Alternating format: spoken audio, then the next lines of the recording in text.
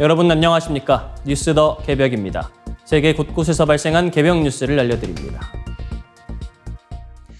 사우디아라비아와 친이란 성향의 예멘 후티 반군 사이에 군사적 긴장이 높아지면서 세계 원유 수출의 핵심 통로인 홍해가 다시 봉쇄될 수 있다는 우려가 커지고 있습니다. 이미 호르무즈 해협의 원유 운송이 차질을 빚는 가운데 홍해 항로까지 막히면 세계 경제가 불황에 빠질 수 있다는 경고가 나옵니다. 사우디는 호르무즈 해협 봉쇄 이후에도 동서 송유관을 이용해 원유를 홍해 연안의 양부항으로 보낸 뒤 바브엘 만데브 해협을 거쳐 아시아로 수출해왔습니다. 이를 통해 하루 약 460만 배럴의 수출량을 유지했습니다. 전쟁 이전에 하루 730만 배럴보다는 줄었지만 홍해 항로마저 이용하지 못했다면 감소폭은 훨씬 컸을 것으로 분석됩니다. 그러나 홍해의 남쪽 관문인 바브엘 만데브 해협도 불안해지고 있습니다. 사우디와 후티 반군 사이에 유지되던 휴전 체제가 사실상 흔들리면서 육상 충돌이 해상 운송 위기로 번질 가능성이 커졌습니다. 후티 반군은 지난 7월 14일 사우디가 예멘 수도 사나의 국제공항을 폭격했다고 주장하며 사우디를 향해 미사일을 발사했습니다. 사우디가 예멘에서 군사작전을 재개할 경우 석유시설을 공격하겠다고도 위협했습니다. 아직 홍해를 지나는 민간 선박 공격을 직접 예고하지는 않았지만 전문가들은 충돌이 확대되면 선박 공격이 재개될 수 있다고 보고 있습니다. 후티 반군은 2023년 이스라엘과 하마스 전쟁 이후 홍해와 아덴만을 지나는 상선과 군함을 공격해왔습니다. 지난해 9월 이후 민간 선박 공격은 중단됐지만 휴전이 무너지면서 해상 안보도 다시 위협받고 있습니다.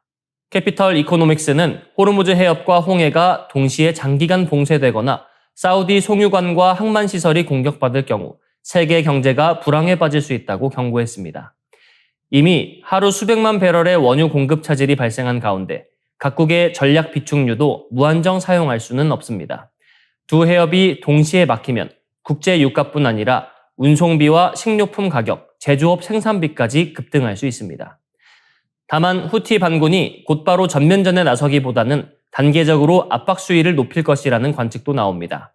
사나 공항에 이란 항공기를 다시 착륙시키며 사우디의 대응을 시험하고 이를 협상력 강화에 이용할 수 있다는 분석입니다. 홍해의 긴장은 단순한 예멘 내전 문제가 아닙니다.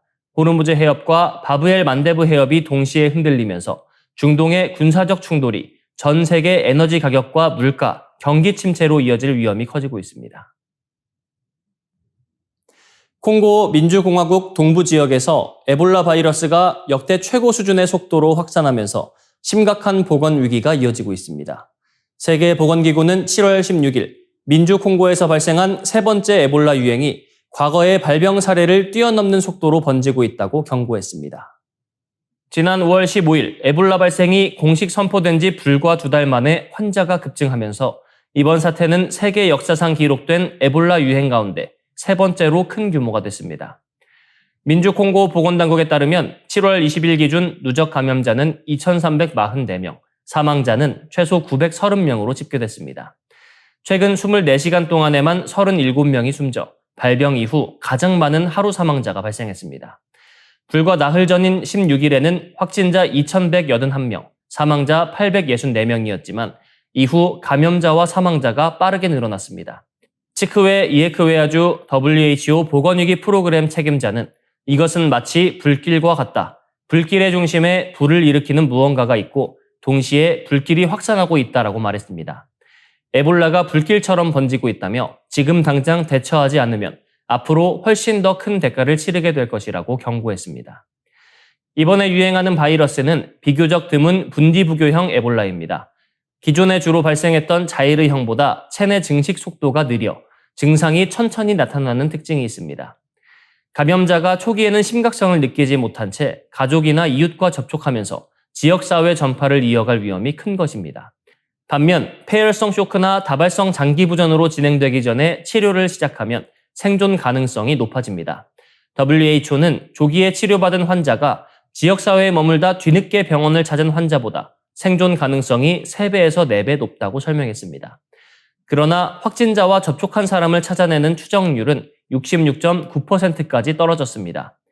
피해가 집중된 이투리주에서는 의료시설과 구호팀을 겨냥한 공격이 최소 12차례 발생해 방역 활동에 차질을 빚고 있습니다. 의료진 최소 36명이 감염돼 숨진 데다 임금체불에 항의하는 의료진의 파업까지 겹치면서 의료 공백도 커지고 있습니다. 민주콩고에서 활동하던 미국인 구호 요원도 확진 판정을 받고 독일 병원으로 이송됐습니다. 함께 근무한 미국인 7명은 케냐의 미군 기지 내 격리시설에 수용된 것으로 전해졌습니다. WHO의 이번 경고는 민주콩고 의료체계가 비상단계에 진입했다는 적색 경보로 받아들여지고 있습니다. 조기 검사와 치료, 의료진 보호, 접촉자 추적, 치안 확보는 물론 국제사회의 긴급한 인력 지원과 의약품 지원이 필요한 상황입니다. 미국의 공항과 화폐, 여권, 군함과 국립공원 이용권까지 도널드 트럼프 대통령의 이름과 얼굴이 빠르게 확산하고 있습니다. 단순한 대통령 기념 사업을 넘어 국가의 공공자산과 제도 전반이 이른바 트럼프 브랜드로 재편되고 있다는 평가가 나옵니다.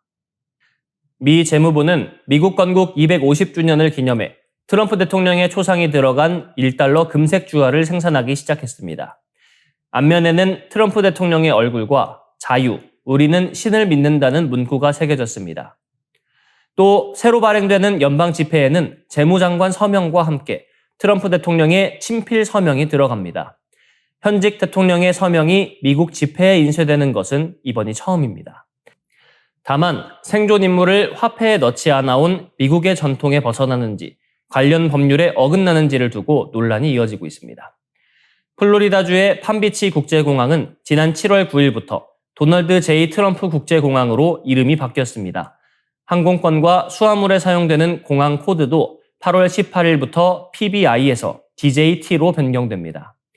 국무부는 트럼프 대통령의 초상과 서명이 담긴 건국 250주년 기념 여권을 발급하고 있으며 외국인이 미국 정부에 $200만 기부하면 신속한 이민 심사를 받을 수 있는 트럼프 골드카드도 운영하고 있습니다. 신생아 투자 계좌 트럼프 계좌와 의약품 할인 사이트 트럼프 RX도 출범했습니다. 군사, 문화, 여가 분야도 예외가 아닙니다. 미 해군은 차세대 대형 전투함 분류를 트럼프급으로 추진하고 있으며 2026년 국립공원 연간 이용권에는 초대 대통령 조지 워싱턴과 트럼프 대통령의 얼굴이 함께 실렸습니다. 미국 평화연구소 건물에도 트럼프 이름이 추가됐지만 법적 분쟁이 계속되고 있습니다. 케네디 센터에 트럼프 이름을 붙인 조치는 의회의 승인 없이 명칭을 변경할 수 없다는 연방 법원의 판단으로 철거됐습니다. 지지자들은 건국 250주년을 맞아 현직 대통령의 업적과 애국심을 강조하는 조치라고 평가합니다. 반대론자들은 국가화폐와 공공기관, 군사자산이 특정 정치인의 개인 홍보 수단으로 바뀌고 있다고 비판합니다. 특히 살아있는 통치자의 초상을 주화와 공공건축물에 반복적으로 새기는 모습이 고대 로마 황제들의 권력 과시를 연상시킨다는 지적도 나옵니다. 중국 부유층의 일본 쇼핑 목록이 밥솥과 화장품에서 토지와 건물로 바뀌고 있습니다. 엔화 약세와 느슨한 외국인 부동산 규제가 맞물리면서 일본 부동산이 중국 자산가들의 새로운 투자처로 떠오르고 있습니다. 일본 경제매체 도요 게이자이는 부동산 전문가 마키노 도모히로의 칼럼을 통해 중국인들의 관심이 소비재에서 부동산으로 이동하고 있다고 분석했습니다. 과거 중국인 관광객들은 일본산 전자제품과 화장품, 의약품을 대량으로 구매하며 이른바 폭풍 쇼핑 열풍을 이끌었습니다. 하지만 중국산 전자제품의 품질이 높아지고 일본 화장품도 중국 내 면세점에서 쉽게 살 수 있게 되면서 소비 형태가 달라졌습니다. 최근에는 일본산 위스키와 사케, 식품이 인기 품목으로 떠올랐고 일부 부유층은 쇼핑을 넘어 아파트와 상업용 건물, 토지를 직접 매입하고 있습니다.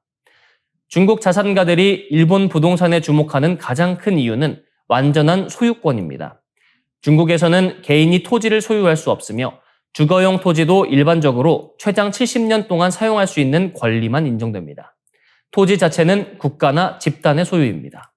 반면 일본에서는 외국인도 일본인과 거의 같은 조건으로 토지와 건물을 구입해 자신의 명의로 소유할 수 있습니다. 아시아 여러 국가가 외국인의 토지 취득을 금지하거나 공동주택 소유 비율을 제한하는 것과 비교하면 일본의 규제는 매우 적은 편입니다. 매체는 현재의 일본을 엔저로 해외 투자자들에게 사실상 박앤세일이 된 시장이라고 평가했습니다. 일본에 거주하는 중국계 주민도 약 90만 명에 달해 언어와 생활, 투자 정보를 얻기 쉽다는 점도 영향을 주고 있습니다. 강력한 사유재산권과 정치적 안정성 역시 중국 부유층에게 매력적인 요소로 꼽힙니다. 그러나 일본 내부에서는 외국인의 토지 매입을 제한해야 한다는 목소리도 커지고 있습니다. 중국에서는 일본인이 토지를 소유할 수 없는데 일본만 중국인에게 사실상 제한 없이 부동산을 허용하는 것은 형평성에 맞지 않는다는 주장입니다. 특히 군사시설과 발전소, 공항 등 중요 기반시설 주변과 국경, 섬 지역의 토지는 국가 안보 차원에서 더욱 엄격하게 심사해야 한다는 요구가 나옵니다. 외국인 투자를 무조건 막기보다는 상대국이 일본인에게 보장하는 권리만큼만 허용하는 상호주의를 도입해야 한다는 의견도 확산하고 있습니다.